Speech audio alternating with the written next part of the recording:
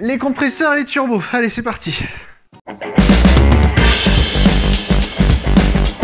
Alors déjà, pourquoi faire? L'intérêt d'un moteur turbo, c'est d'avoir plus de rendement dans un moteur plus petit, donc a priori, il n'y a que des avantages. Non. Mais ça n'a pas marché quand même. Pour le comprendre, il y a plusieurs raisons à cela, et pour ça, il faut revenir bien en arrière. Dans les années 80? Eh ben non. On va retourner bien avant. À l'époque, pour qu'une moto se vende bien, il fallait qu'elle cartonne en compétition. Et pour qu'elle cartonne en compétition, il fallait... N'importe quoi, des gencives de porc. Il fallait de la technologie. D'un côté, on a le compresseur qui comprime l'air via une vis infinie. L'avantage, c'est qu'on obtient des résultats dès les bas régimes. Mais l'inconvénient, c'est qu'à l'époque, les performances n'étaient pas ouf, quoi. De l'autre, on a le turbo qui vient recycler les gaz d'échappement qui sont gaspillés. Le gros avantage, c'est qu'on a beaucoup de puissance en perspective, mais le gros inconvénient, c'est qu'on a cet effet on-off à l'accélération que beaucoup de gens connaissent. Ça s'explique par le fait que l'hélice du turbo a besoin de tourner vite pour fournir de la puissance, et que forcément, dans les bas régimes, ça souffle pas très fort, quoi. À bas régime, l'hélice du turbo ne tourne pas assez vite. Pour que le turbo soit efficace, il faut que le moteur monte en régime. C'est donc la phase Atmo. Et quand le turbo se déclenche enfin, coup de pied dans ton cul en fait.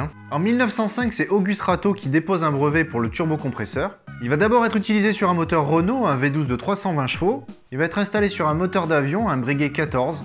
Bah ouais, Renault ils ont pas fait que des DCI à la con. Pendant la Première Guerre mondiale, le turbo était super important dans l'aviation parce qu'il permettait de compenser le manque de puissance lié à l'altitude. Et on pourrait logiquement se dire que pour l'automobile et la moto, on pourrait largement y trouver notre compte. Sauf que pour la moto, va falloir attendre. Mais... pendant ce temps-là, BMW fabriquait des moteurs d'avion, c'est pour ça le logo avec l'hélice en fait. Et sur leurs moteurs d'avion, ils utilisaient des compresseurs. Et comme les mecs fabriquent accessoirement des motos, ils se sont dit, bah si, c'est pas con du tout. Ils sortent donc la RS 255 en 1935, qui sort dans un premier temps 90 chevaux. Ça pousse. Sachant qu'elle pouvait accessoirement atteindre 225 km/h, c'est pas dégueulasse. Elle fait un carton en compétition, c'est génial, ils vendent plein de motos. Ça fait plaisir. Le problème c'est que les mecs se cartonnaient tout court. Ça fait pas plaisir. Les freins, la suspension, c'était de la merde. Et les infrastructures, c'était de la merde aussi. Résultat, il y avait beaucoup de morts, et quand il y a beaucoup de morts, qu'est-ce qu'on fait? Tu prends l'apéro? Un rideau. En 1949, la réglementation change, les compresseurs sont interdits. Ah! On arrive donc à la fin des années 70, après la crise pétrolière. Alors en gros, les gros moteurs qui consomment, on n'en veut plus. Et Vlatipa, qu'en Formule 1, qui sait qu'on voit réapparaître? Bah, le Turbal. Mais dis-moi pas que c'est pas vrai! Les moteurs de 3 litres en Atmo se retrouvaient en concurrence directe avec des 1,5 litre turbo. Les mecs arrivaient quand même à pousser 1200 chevaux là-dedans. Quelle indignité. Et comme tout ce qui marche en compétition, ça se vend dans le commerce. On voit donc arriver la 911 Turbo, la 2002 Turbo, la R5 Turbo. En fait, ils mettaient des turbos dans n'importe quoi, non? Et là, vous allez me dire, et les motos alors? C'est une chaîne de motos, oui ou merde? Coquin va. Nos 4 constructeurs japonais préférés, comme ils sont pas trop cons, ils commencent à se poser des questions. Mais le problème, c'est qu'ils ont déjà plein de projets. Le 2 temps, le rotatif, le 6 cylindres, le 4 temps. Sauf que voilà, le dieu du marketing est arrivé. Ah babi bobu, bah babi bobu. Et dans ces cas-là, c'est très simple. Quand c'est à la mode, il faut dégainer en premier. Kawasaki va sortir de manière très confidentielle la Z1 RTC à 250 exemplaires, qui n'est ni plus ni moins que la Z1000 de l'époque, qui arrive en fin de carrière. Bah ouais, la partie cycle était plus terrible, le moteur était plus aussi performant que la concurrence. Et là, déjà à l'époque, les mecs se disent « Mais attends, c'est génial ce turbo là, on va en faire un avion de notre truc !» Mais c'est bien connu, on n'apprend pas des erreurs du passé. Et comme en 1935, ils vont nous ressortir une merguez. Ils lui mettent un turbo, 130 chevaux, avec une ligne, et c'est tout. C'est honteux. Résultat, les moteurs ne sont même pas fiabilisés, ça casse à la pelle. Ils changent même pas les freins, ils changent même pas la suspension. Ça va encore finir en don d'organe tout ça. J'ai mal. Heureusement, Honda est arrivé et ils nous sortent la CX500 en 1982. Elle fait donc passer le moteur de 48 à 82 chevaux, c'est quand même pas mal.